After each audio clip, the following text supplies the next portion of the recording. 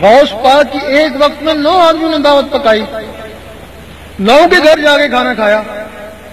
بہت سے لوگ کہتے ہیں ایسا کیسے ہو سکتا ہے، لیکن جو لوگ آپ کو ماننے والے ہیں وہ کہتے ہیں ایسا ضرور ہوا، ان کو بھی نہیں پتا کیسے ہوا۔ غوث پاک کا جسم مبارک مسجد میں مؤذن کے پاس تھا، اور وہ جسم کے اندر کی چیزیں ادھر جا کے کھانا کھا رہی تھی۔ اگر انہوں نے کھانا کھایا ہوگا، بیٹھی بھی ہوں گی، اٹھی بھی ہوں گی، باتیں بھی کری ہوں گی، اور جس میں اٹھنے بیٹھنے باتوں کی طاقت ہے، نماز میں یہی کچھ ہے۔ ہو سکتا ہے ان کی نماز خانہ کعبہ میں ہوتی ہو، اور وہ لوگ کہتے ہیں کہ درویش کی نماز عرش مولا میں ہوتی ہے۔ یہ جسم عرش مولا میں نہیں جاتا ہے، وہ جسم کے اندر کی چیزیں عرش مولا میں جاتی ہیں، اور اس کا سواد کس کو ملتا ہے؟ جس کی ہے۔ جب کوئی شخص اللہ اللہ کے تصور میں لگتا ہے، اللہ اللہ کا تصور جماتا ہے، تو کسی کے دل پہ لفظ اللہ جم جاتا ہے۔ ترکی میں ایک آدمی کے دل کا آپریشن ہوا، کوئی 4-5 سال کی بات ہے، اس کے دل کے اوپر لفظ اللہ لکھا ہوا تھا۔ یہ خبر اخباروں میں بھی آئی۔ خواجہ بہاوی نقشبند رحمۃ اللہ کو نقشبندی کیوں کہتے ہیں؟ وہ لوگوں کے دلوں پہ لفظ اللہ نقش کر دیتے، لوگوں کو نظر آتا۔ اور کوئی لوگ ایسے ہیں جو اللہ اللہ کرتے رہتے ہیں تو ان کے دل میں مدینہ بس جاتا ہے، مدینے کا نقشہ ان کو نظر آتا ہے، پھر وہ کہیں بھی ہے، مدینے میں ہے۔ اور کچھ لوگ ایسے ہیں جو ہر وقت اللہ اللہ کرتے رہتے ہیں تو ان کے دل پہ خانہ کعبہ بس جاتا ہے۔ جب خانہ کعبہ بس جاتا ہے تو اس وقت مولانا رومی نے کہا کہ یہ کعبہ ان 1000 کعبوں سے بہتر ہے۔ اس کی بنیاد ابراہیم علیہ السلام نے رکھی، اور اس کی بنیاد اللہ تعالیٰ رکھتا ہے۔ نعرہ تکبیر، نعرہ رسالت، نعرہ غوثیہ، المدد۔ ایک دفعہ مجدد الافسانی رحمۃ اللہ نے دیکھا کہ باطنی مخلوق ان کو سجدہ کر رہی ہے۔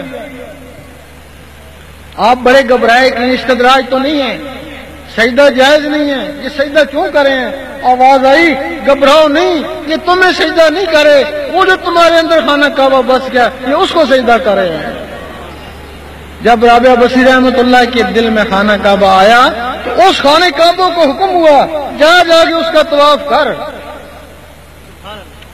اس خانہ کعبہ کو حکم ہوا کہ جا جا کے اس کا طواف کر۔ شاہ منصور بھی یہی کہتے کہتے سولی پہ چڑھ گئے۔ وہ کہتے تھے تو اس کعبے میں کیوں جاتا ہے جبکہ تیرے اندر خانہ کعبہ موجود ہے، تو اپنے اندر خانہ کعبہ بسا، وہ خانہ کعبہ ادھر آئے۔ یہی کہتے کہتے سولی پہ چڑھ گئے۔ تو علامہ اقبال بھی کہتے ہیں، انہوں نے کہا کہ تو بھی تو ہر جگہ ہے۔ ان کے اسی بات پہ فتویٰ لگا۔ اب لوگ کہتے ہیں کہ حبل الورید اللہ تعالیٰ شارع کے نزدیک ہے، ہر آدمی کہتا ہے کہ میری شارع کے نزدیک ہے۔ علامہ اقبال نے بھی یہی کہا تھا کہ ہم شراب پیتے ہیں، کچھ بھی کرتے ہیں، تو بھی ہمارے ساتھ ہوتا ہے۔ پھر ہمارے ساتھ ہوتا ہے، پھر حساب کتاب کس چیز کا؟ تو پھر جب انہوں نے جواب دیا تھا یہی کہا تھا وہ انہی کے حبل الورید ہے جن لوگوں نے اس کو اپنے اندر بسا لیا۔ اور ایک حدیث ہی میں ہے کہ بندہ نوافل کے ذریعے اتنا میرا قرب حاصل کر لیتا ہے کہ میں اس کے ہاتھ بن جاتا ہوں جس سے پکڑتا ہے، اس کی زبان بن جاتا ہوں جس سے وہ بولتا ہے۔ وہ ان لوگوں کے لیے ہے جو خانہ کعبہ کو یا اللہ اللہ کو اپنے سینے میں بسا لیتے ہیں۔ اور یقین کرو کہ علم باطن کے بغیر زہر کوئی اعتبار نہیں ہے۔ ایک حدیث میں ہے کہ لا صلاۃ الا بحضور قلب، دل کی حاضری کے بغیر نماز نہیں ہوتی۔ تم کہتے ہو ہم دل سے نماز پڑھتے ہیں، گرمیوں میں سردیوں میں مسجد میں جاتے ہیں، دل سے نہیں جاتے تو کیا ہوتا ہے؟ بس یہی ایک نقطہ ہے، اگر سمجھ میں آ جائے تو تم نے دیکھا ہوگا کہ تمہارا کوئی ہمسایہ یا عزیز 20-25 سال تمہارے ساتھ نمازیں پڑھتا رہا، وہ بھی تمہاری طرح مسجد میں گرمیوں سردیوں میں جاتا تھا، لیکن ایک دن پتہ چلا کہ وہ غیر مقلد ہو گیا۔ اگر اس کی ایک نماز بھی قبول ہوتی تو وہ غیر مقلد کیوں ہوتا؟ جس طرح تم نمازیں پڑھے ہو وہ بھی اسی طرح نمازیں پڑھتا تھا۔ ہو سکتا ہے وہ 20-25 سال کے بعد غیر مقلد ہوا، تم 30-40 سال کے بعد غیر مقلد ہو جاؤ، کیا اعتبار ہے؟ وہ بھی لا صلاۃ والا تھا، تم بھی لا صلاۃ لا بحض قلب والے ہو۔ نماز کی 3 قسمیں ہیں، ایک نماز صورت ہے، ایک نماز حقیقت ہے، ایک نماز عشق۔ نماز صورت مسلمانوں کے لیے ہے، نماز صورت کا کوئی اعتبار نہیں ہے۔ مجدد صاحب فرماتے ہیں کہ ہر آدمی کی نماز صورت ہے، ہر آدمی کو چاہیے نماز حقیقت کی تلاش کرے۔ نماز حقیقت مومنوں کے لیے ہے اور نماز عشق ولیوں کی ہے۔ تیرا شاہی میرا شاہی، دین نبی کا سچا دائی، میرے تیرے دل کا ماہی، بن کے مست ملنگ رہیں گے۔ نماز صورت کیا ہے؟ اس کو ہر فرقے والا پڑھ سکتا ہے۔ سکھ جاسوس بھی ایسی نماز پڑھ کے پڑھا کے چلے گئے، وہ نماز صورت پڑھا کے چلے گئے، وہ جو جاسوس تھے۔ اللہ تعالیٰ نے حضور پاک کو فرمایا قل هو اللہ احد، کہہ دیجئے اللہ ایک ہے۔ آپ نے آمین کہا، آپ نے لوگوں کو کہا کہہ دو اللہ ایک ہے۔ جنہوں نے آمین کہا وہ مسلمان ہوئے، جنہوں نے ہیلوجت کری وہ منافق ہوئے، جنہوں نے نہیں مانا وہ کافر ہوئے۔ اب جب مسلمان نماز پڑھتا ہے وہ کس کو کہتا ہے دھیمے دھیمے کہہ دے اللہ ایک ہے؟ وہ تو جانتا ہے اللہ ایک ہے، وہ کس کو کہتا ہے کہہ دے اللہ ایک ہے؟ وہ اپنے دل کو کہتا ہے کہہ دے اللہ ایک ہے۔ دل جواب دیتا ہے گھر میں آٹا ہی نہیں ہے، ہیلوجت کرتا ہے، مانتا ہی نہیں ہے۔ پھر کہتا ہے اللہ سمد، اللہ بے نیاز ہے، دل کہتا ہے بیوی بیمار ہے۔ لامیاں لید و لامی اولاد، دل کہتا ہے ڈیوٹی سے لیٹ ہو گئے چل، مانتا ہی نہیں ہے۔ کافروں کی زبان اقرار نہیں کرتی، منافقوں کے دل تصدیق نہیں کرتے، اور فاسقوں کے جسم عمل نہیں کرتے۔ بتاؤ تمہارا دل تو منافق تھا، اور منافق دل کی نماز کیسی ہوگی؟ اس نے مانا ہی نہیں۔ یہ نماز صورت ہے۔ قرآن مجید فرماتا ہے ان نمازیوں کے لیے تباہی ہے جو نماز حقیقت سے بے خبر ہیں، ان کی نماز دکھاوا ہے۔ یہ نماز دکھاوا ہے۔ دکھاوا کیسے ہے؟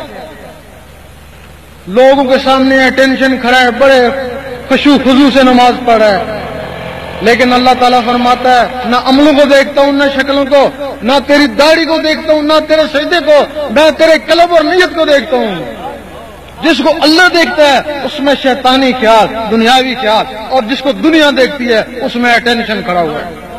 یہ نماز دکھاوا ہے، بھلے ساری عمر پڑھتے رہو، گھر میں اکیلے پڑھتے رہو، تب بھی یہ نماز دکھاوا ہے۔ اور اس کے لیے قرآن مجید فرماتا ہے یہ تباہی بھی ہے، یہ تباہی بھی ہے۔ تباہی کیسی ہے؟ نماز بھی پڑھتا ہے اور تباہی بھی ہے۔ اب اس کا سینہ خالی ہے، نماز پڑھتا ہے، اور دل میں تکبر آیا۔ اب تکبر کو تو اللہ اللہ نکالتا ہے، اس کے دل میں اللہ اللہ ہی نہیں ہے۔ لوگوں نے کہا تہجد بھی پڑھتا ہے اور تکبر آیا۔ ایک دن بے نمازی کو دیکھا، بڑی حقارت سے دیکھا کہ میں تجھ سے بہتر ہوں، اور یہ نہیں پتا تکبر عزازیل کا خوار کا نمازیں وہ بھی پڑھتا تھا۔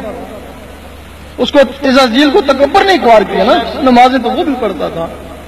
جب اس کے تکبر کی انتہا ہو گئی تو کہنے لگا میرے جیسا اس دنیا میں اس وقت کوئی نہیں ہے، صرف کہتے ہیں کہ حضور پاک افضل ہیں، چلو ساری سنتے اپنا لو۔ وہ ساری سنتے اپناتا ہے، جب ساری سنتے اپناتا ہے پھر کہتا ہے مجھ میں اور حضور پاک میں کیا فرق رہا، وہ تو میرے بڑے بھائی کی طرح ہیں۔ جب یہاں تک پہنچا تو اس کا ایمان ہی چلا گیا، وہ نمازیں اس کا ایمان ہی لے گئی۔ یہ نماز ہے جو تباہی کی طرف لے جاتی ہے، اس کو نماز صورت بولتے ہیں۔ اب دوسری نماز حقیقت ہے. اس کے لیے تمہیں سب سے پہلے اللہ اللہ سیکھنی ہوگی. دل کی دھڑکنوں کو اللہ اللہ میں لگانا ہوگا. پھر کوشش کرو گے کام کاج کرتا رہوں اللہ اللہ ہوتی رہے. اس کو بولتے ہیں دستکار میں دل یار میں. پھر کوشش کرو گے کوئی اخبار سالہ پڑھتا رہوں اللہ اللہ ہوتی رہے, کامیابی ہو جائے گی. پھر کوشش کرے گا نماز پڑھتا رہوں اور اللہ اللہ ہوتی رہے.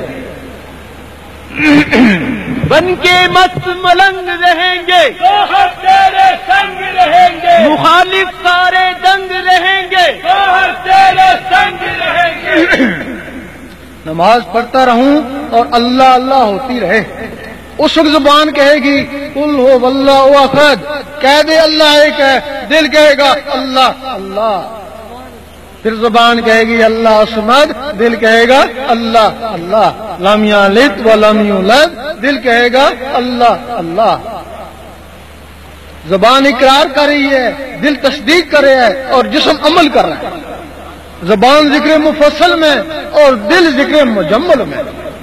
زبان تفصیل سے منا رہی ہے کہ کہتے اللہ ایک ہے اور دل بغیر دلیل کے مان رہا ہے کہ اللہ ہی اللہ.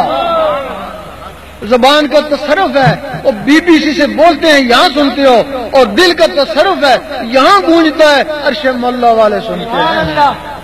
وہ نماز مومن کا معراج ہے. وہ لا صلاۃ الا بحضور قلب, دل کی حاضری کے بغیر نماز نہیں ہوتی. جب دل حاضر ہو جاتا ہے وہ نماز مومن کا معراج بن جاتا ہے. اس کے بعد پھر ولی کی نماز شروع ہوتی ہے جس کو نماز عشق بولتے ہیں. ایک دفعہ کا واقعہ ہے کہ مجدد الافسانی رحمۃ اللہ مسجد میں گئے, دیکھا ایک آدمی سو رہا ہے. سوچے شاید نماز پڑھ کے سویا ہوگا. پھر گئے دیکھا سو رہا ہے. آپ عصر سے مغرب تک مسجد میں رہے تھے. مغرب کی اذان ہو رہی ہے اور وہ سو رہا ہے. آپ نے اس کو جو جوڑا, اٹھ یا مسجد سے نکل جا یا نماز پڑھ. وہ فوراً اٹھا, وضو کیا, جماعت کھڑی ہونے والی تھی, بلند آواز سے کہا امام صاحب رک جائیں. امام صاحب رک گئے. اس نے فوراً نیتی 2 رکعت سنت وقت فجر. دیکھتے ہیں فجر کا سما ہو گیا. پھر اس نے زہر کی نماز پڑھی, زہر کا سما ہو گیا. پھر عصر کی نماز پڑھی. ایک راوی لکھتا ہے سورج واپس آ گیا. اس وقت اس نے کہا مجدد صاحب آپ تو صاحب نظر تھے, بہتر تھا مجھے جگانے سے پہلے میرا حال دیکھتے. میں تو اسی کے پاس تھا جس کی تم نمازیں پڑھتے ہو. ذرا جھوم کے بولو